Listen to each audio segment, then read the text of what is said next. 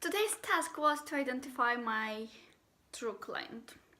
And after the workshop we had with Brian, which was quite helpful, I picked up a very important line that you just only to have 1,000 of true fans, and that's enough for any business to start off. So I know that my mom is watching, and I know that she's one of my true fans. Yesterday she called me saying, "You're on TV." So I think I'll say her hi. Привет, mama. She might cry actually after that one, but yeah, I love her. So my true fan should be a female of my age, maybe an executive, because I'm going to offer a handmade product. And I was actually making some research today, going online, trying to understand what they like, what they are, their lifestyle, what they do. And it's not necessary that they're all yogi or they're all foodie, but there are a few people who actually started the movement of Zero Waste House.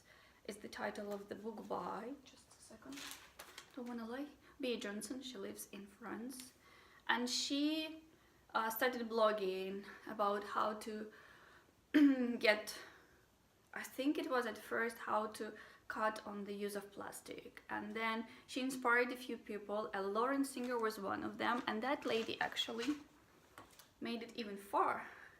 She decided to make her own body products, and not that only that inspired me, and I'm thinking about making my own toothpaste from now on, but I've picked up another challenge inspired by the third person who tried 30 days without plastic, and then she got addicted to the lifestyle of zero plastic. So now it's been more than a year and she's still blogging. So I realized that all these women have in common one thing: they're conscious, they're aware, they want to consume sustainable, they want to live responsibly.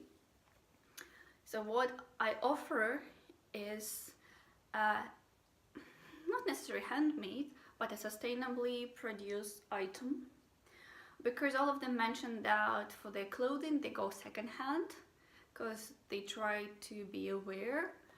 And it's quite interesting because I'm not only upcycle secondhand garments, but I actually give them a new look. So you don't buy a worn out item, or you don't buy an item that's been worn by somebody else and still might remain some energy. I actually came up with an idea of having a whole ritual about releasing the energy of the previous person. I mean, I do wear stuff before I unpick it and use the fabric, but I realized with something like that more spiritual, it's just nice. Anyways, they not only mentioned that they went trash free, and it's quite crazy that after a year the whole family could produce only one small glass jar, because yeah, sustainable glass jar of trash. Yeah, we've been discussing this today during the family meeting. I'm not quite sure about that one. It's a bit tough, but still. But they said all the money they saved because they consume less, and because they, what was said there? They consume less.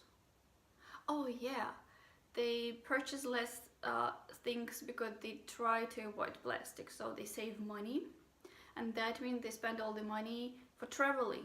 So it's kind of like interesting that my traveling thing from the first two blogs came into the third one, because I'm not offering a good solution for them to go for sustainable clothing, but at the same time saving the money for traveling. So I just really liked it because they would consume less and they would keep the stuff for longer.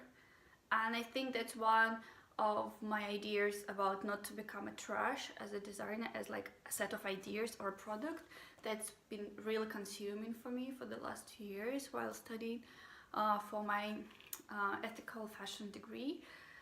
So there is a way, and there are people who are ready, and actually that made me happy.